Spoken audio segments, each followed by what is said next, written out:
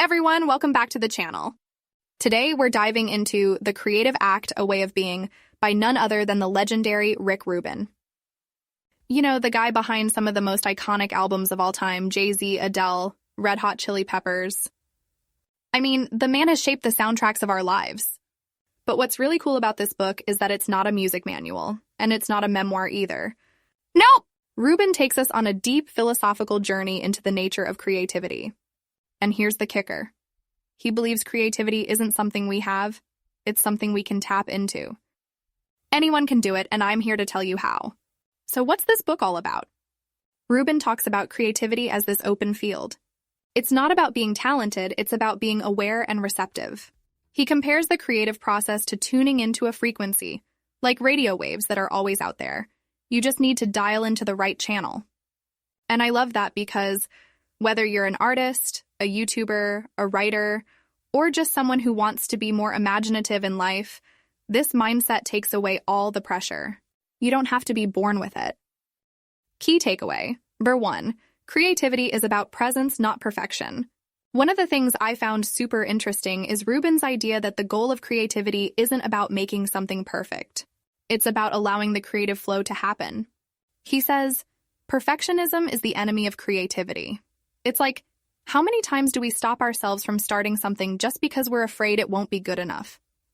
Rubin says, don't worry about the end result. Just start and stay present in the process.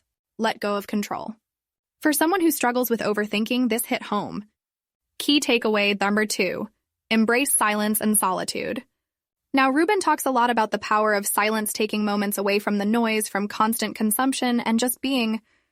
Creativity, he says, often comes in those quiet moments. And I mean, Rubin is this calm, Zen-like figure, so it makes sense. He's not about hustle culture or grinding nonstop. Instead, he suggests we need to disconnect sometimes to create space for ideas to surface. Key takeaway. Number 3, creativity isn't about the end product, it's about exploration. Another really cool idea is that creativity isn't about finishing a project, it's about the act of exploring. Rubin believes the most rewarding part of the creative process is not what we produce, but what we discover along the way. And that's something I think a lot of us forget.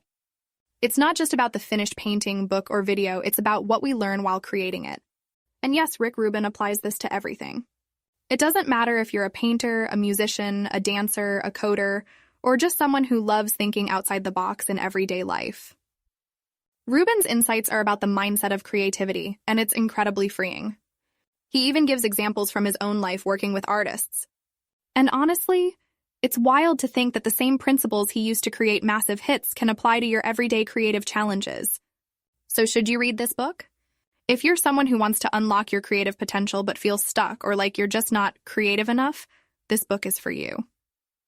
Rubin's writing is simple but profound, and it's not a step-by-step guide. It's more like a guide to help you see creativity differently, to shift your perspective.